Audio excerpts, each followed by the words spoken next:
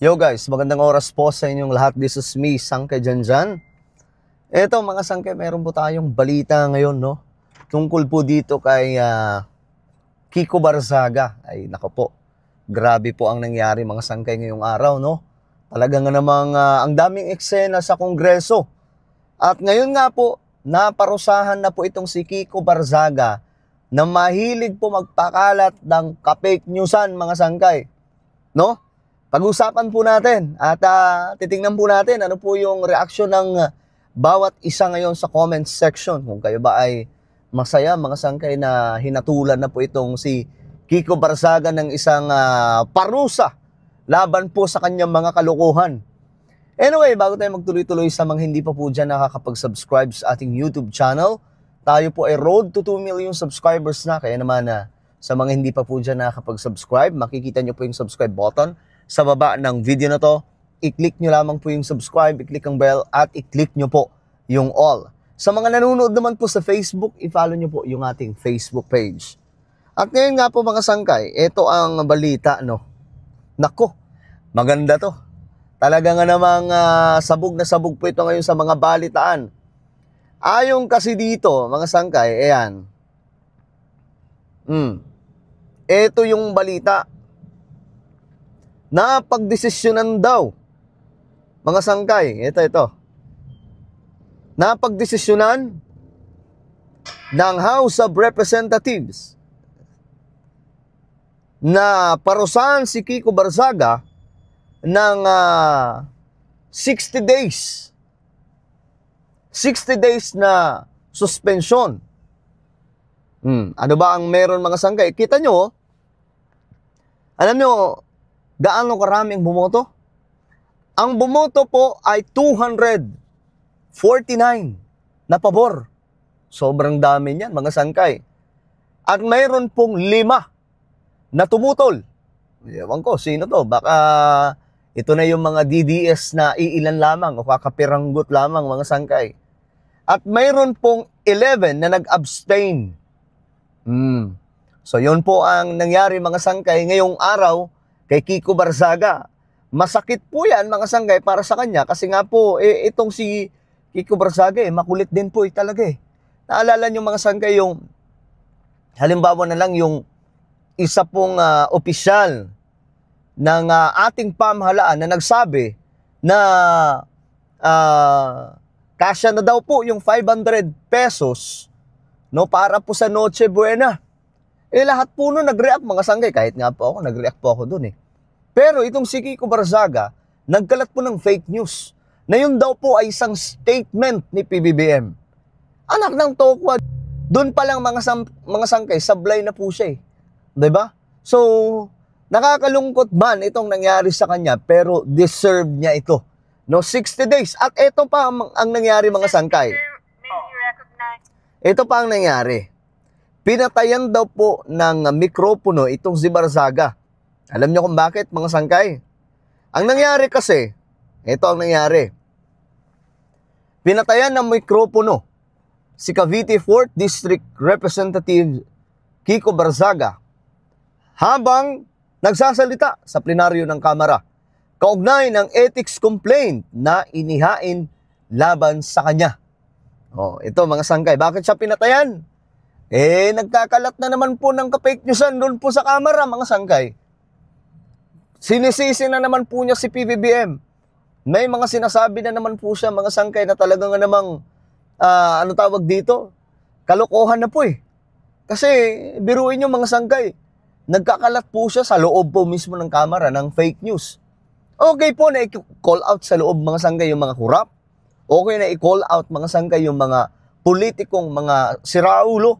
Pero yung magkakalat ka na sa loob ng Kamara ng ka-fake newsan laban po sa Pangulo, kabastusan na yun, mga Sangkay. Kaya ito po ang nangyari habang nagsasalita po siya. Ito po, pakinggan po ninyo. Ito yun. Recognize the Honorable Toby Chanco. Honorable Toby Chanco is hereby recognized. Yes, Mr. Speaker, but before I speak, I think the Honorable Barzaga is standing up, so if he will have any manifestations, I will yield the floor to him.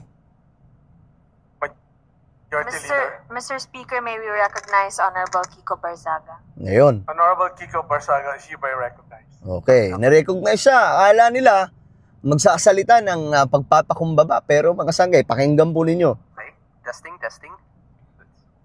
I wholeheartedly accept the decision of the committee, but I maintain my stance that President Marcos must be held accountable for his crimes.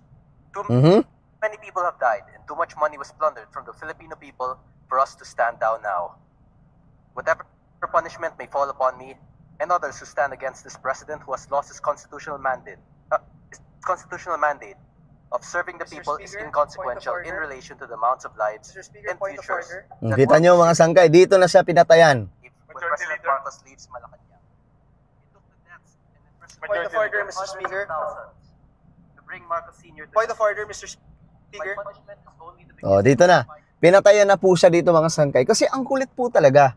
Hindi po talaga, ewan ko ba mga sangkay itong si Kiko Barzaga? Bakit ganun po itong si Kiko Barzaga, no? Para po siyang, ayoko magsalita na para siyang may problema sa, para sa po, siguro yung term, may karga, mga sangkay. Kagaya po ng ito may post siya mga sangkay ngayon. President Marcos is too corrupt. There is no more hope for our country. The Republic of Mindanao is the only solution left to save the people. Ayan na mga sangkay. Nawalan na po siya ng pag-asa dito. Wala eh. Hindi po nila mapatalsik si PBBM eh. So ngayon, ang pag-asa na lang nila daw, mga sangkay, is ihiwalay ang Mindanao, which is imposible yung mangyari. Malabong-malabo po yan mangyari. Mismo mga taga Mindanao, papayag ba sila na pag pumunta silang Metro Manila, kailangan na nila ng passport, 'di ba? Pambihira, kalokohan 'yan. Ito, may post pa po siya mga sangkay. How many people ito mga sangkay oh. Kalokohan niya mga post. President Marcos will expel me from Congress later in response to my impeachment complaint. Akala mo naman talaga papasa yung impeachment complaint sa kanya. Masyadong pilit, hirap nga po silang mismo nga rally, walang sumasakay sa kanila, 'di ba? Kakaunti lamang sila. Kiko Barzaga, nananaginip ka na ng gising. Alam mo, magpakonsulta ka na, boy. No? Masyado ka ng trying hard sa mga kalokohan mo. O ngayon, mga sangkay, ito, gahanap ako dito ng mga post niya regarding po doon sa 500 pesos. Kasi meron po akong nakita mga sangkay na, ayan yan, ito mga sangkay, ito yung isa sa fake news niya, nakalokohan niya. Sabi ni Marcos na sapat na ang 500 pesos pang Noche Buena. Siguro sapat na yun sa'yo kung nagaganon daw si PBBM. Kita nyo mga sangkay, bastos, di ba? Walang kwenta, ako na magsasabi mga sangkay, walang kwentang kongresista ito. Hindi ko alam kung nakachamba lang po ito, binutotong ng mga tao na chamba lang, mga sangkay, pero kahiya-hiya ang kongresista na ito. Napaka walang kwenta. Sabi ni Marcos ba naman? Sinabi ba ni Marcos, mga sangkay? Hindi po ba isang opisyal yun? Kung hindi ako nagkakamali, ng DTI ang nagsalita. Anak ng tipaklong. Sarap mong kabanas tong taong to, mga sangkay. Pero ayun na nga, very good. At least ngayon, dapat nga matanggal na po yan. Matanggal na po siya bilang isang kongresista kasi nga po talagang, wala po talagang kwenta. Ang bihira. Well, kayo mga sangkay, ano po ang inyong opinion? Kayo ba ay masaya na pinatawan po siya ng suspensyon ng nasa 60 days? Or may gusto pa kayong mas malalapang ipataw doon? Comment down below mga sangkay. Huwag niyo pong kailimutan na i-subscribe yung ating YouTube channel. God bless everyone.